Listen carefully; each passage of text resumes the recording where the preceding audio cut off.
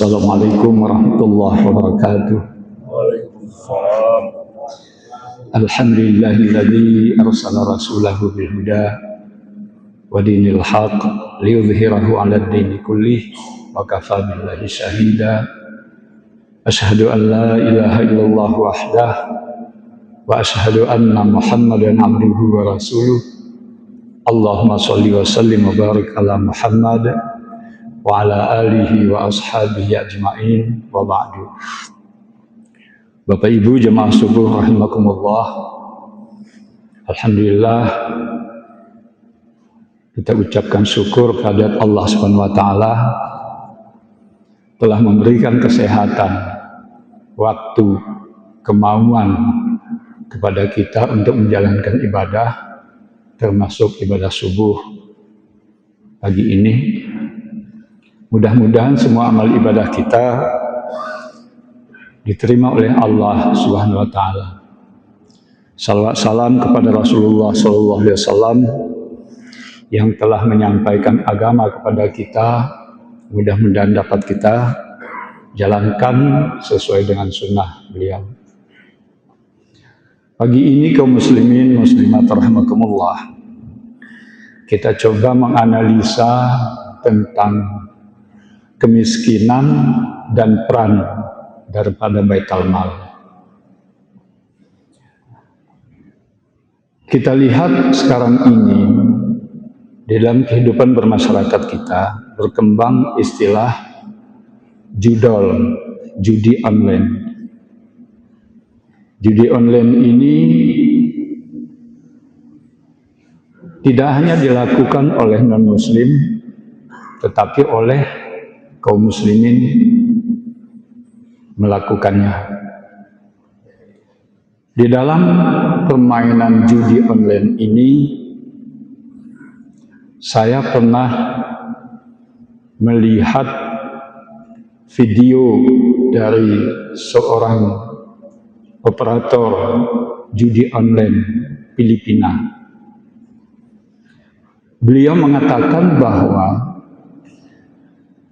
yang ikut judi online ini tidak akan pernah menang, tidak akan pernah untung. Kami hanya memberikan sekali dua kali kemenangan, tetapi setelah itu kami tidak akan berikan lagi. Apa gunanya mereka berikan dua kali kemenangan? Untuk menciptakan rasa ketagihan dari para pemain. Mereka begitu sekali dua kali menang, dia akan mencoba lagi. Setiap coba selanjutnya itu dia tidak akan menang, tetapi di dalam harapannya dia akan memperoleh keuntungan.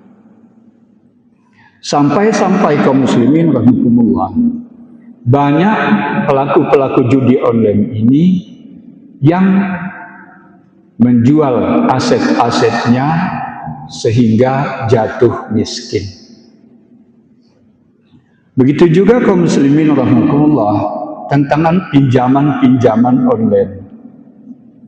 Dulu sudah pernah kita sampaikan pinjaman melalui rentenir tidak akan bisa berkembang ekonomi kita apabila kita tetap berkutat pada pinjaman itu. Tidak akan mungkin.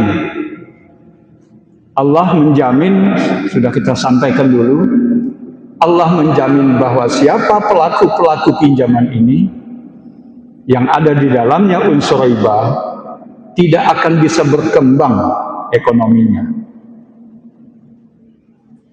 Kaum muslimin rahimakumullah, terhadap mereka dengan cara ini kemudian jatuh miskin, bolehkah mereka disantuni zakat? Karena ada kaum muslimin rahimakumullah satu bank menyediakan pinjaman kepada siapapun termasuk mereka tanpa bunga.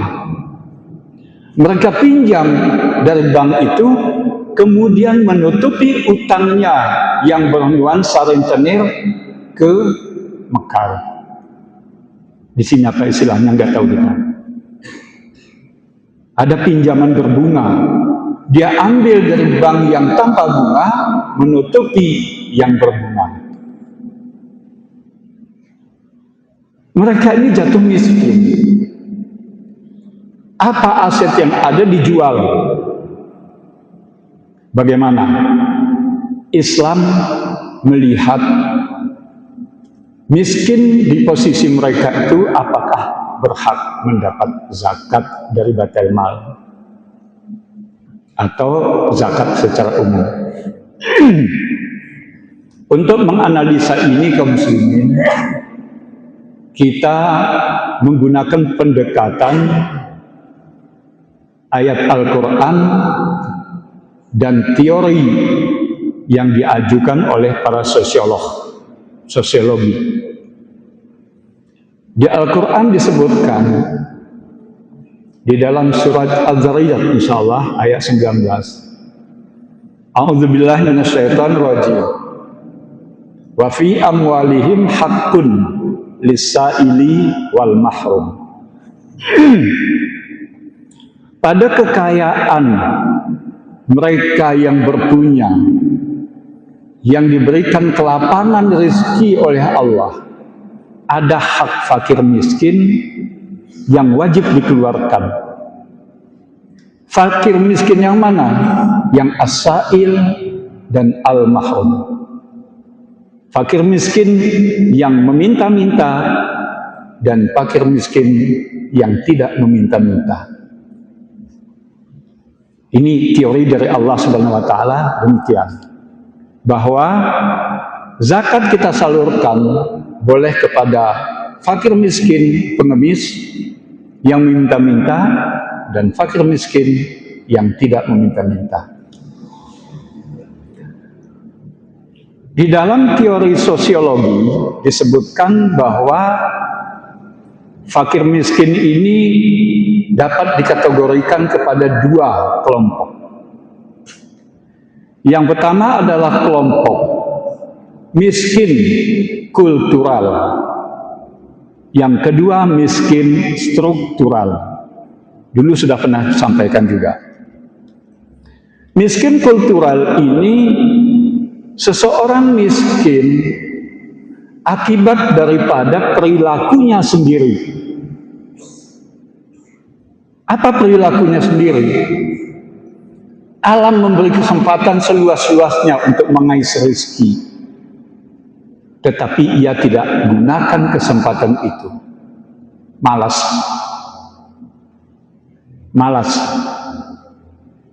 Dia hanya menerima apa adanya. Pasrah kepada takdir Allah Subhanahu wa taala. Tidak mau berusaha. Tidak maksimal berusaha. Ini miskin kultural. Mereka ini kaum muslimin rahimakumullah menggunakan kesempatan mencari rezeki secara instan. Kalau bisa sebentar kita berusaha, hasil sebanyak-banyaknya. Itulah yang dia gunakan kepada kesempatan berjudi, judi online, judi-judi, kesempatan meminjam, dan bermain rentenir. Mereka yang di posisi miskin akibat daripada perilaku ini disebut dengan kemiskinan kultural. Ada satu lagi kemiskinan struktural. Seseorang miskin karena sistem. Apa sistem? Seseorang membuka lahan, tanam tomat. Pada saat hasil tomat berlimpah, harga tidak ada. Dari yang biasanya 8.000, 10.000 menjadi 1.000 atau 500 rupiah. Modal habis dipakai untuk biaya tanam, tetapi tidak kembali modal, jatuh miskin. Di posisi ini kaum muslimin rahimakumullah, mereka tidak bisa berbuat apa-apa lagi. Bisa mereka meminta-minta dan bisa mereka menahan lapar. As-sa'il bisa, al-mahrum bisa. Kemudian adalah sekarang yang merebak di negara kita. Kemiskinan struktural ini dipicu oleh banyaknya tenaga-tenaga yang kehilangan pekerjaan.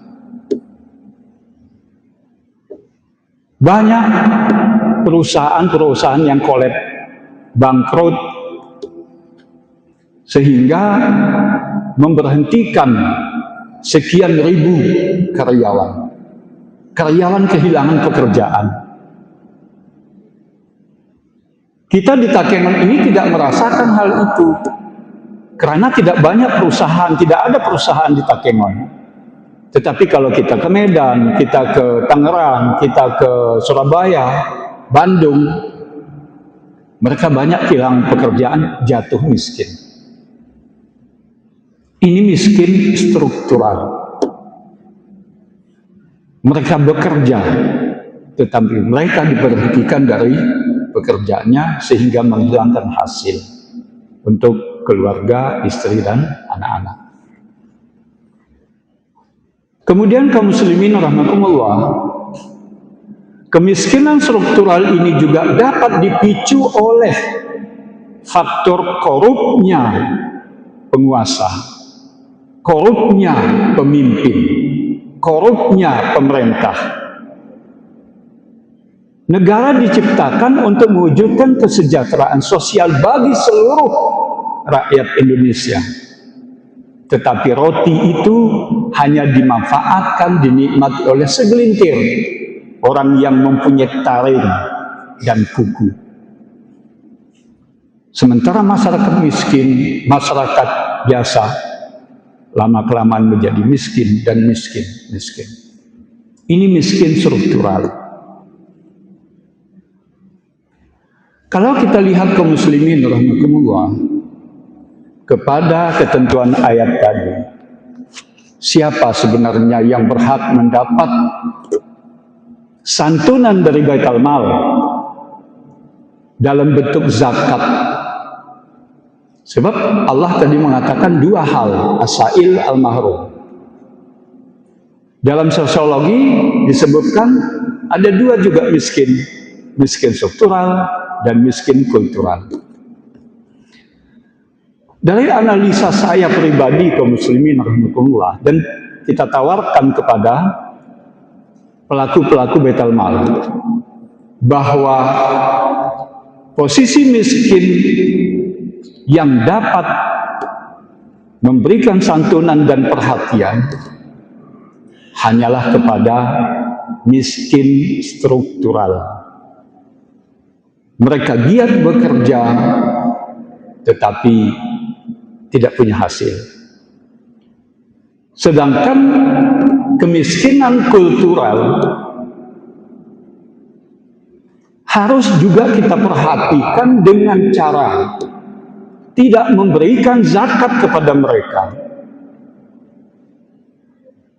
Jangan disantuni mereka. Ini merupakan satu pelajaran takdib bagi mereka untuk mau berubah dari sikap kultural kepada sikap struktural yang posisinya sama-sama miskin. Kaum muslimin rahimakumullah, ketentuan ayat tadi, dan kalau kita kaitkan dengan teori yang disampaikan oleh para sosiolog, bisa kita racik, kita ramu bahwa kita hanya peduli kepada orang yang miskin. Dia rajin, dia gagal di dalam usahanya, bukan bermalas-malas untuk mencari pekerjaan. Banyak kita lihat kaum muslimin di dalam masyarakat kita, orang hanya mencari yang instan saja, termasuk perilaku pinjaman online tadi, judi online, kemudian berkaitan dengan rentenir. Mereka yang terlibat kepada perilaku ini jangan dilayani melalui Baitul Mal. Dan kalau kita memberikan zakat tanpa lewat Baitul Mal, maka jangan diberikan kepada mereka-mereka yang mempunyai perilaku yang instan ini tadi. Dengan demikian kaum muslimin rahmatullah, mudah-mudahan umat Islam ini benar-benar bisa mewujudkan satu umat atau generasi yang benar-benar memenuhi harapan Allah Subhanahu wa taala. Laha ma kasabat wa 'alaiha maktasabat. Siapa yang menanam, dia yang berhak menuai. Ini saja kaum muslimin rahmatullah, mudah-mudahan bermanfaat. Kurang lebih mohon maaf. Assalamualaikum warahmatullahi wabarakatuh.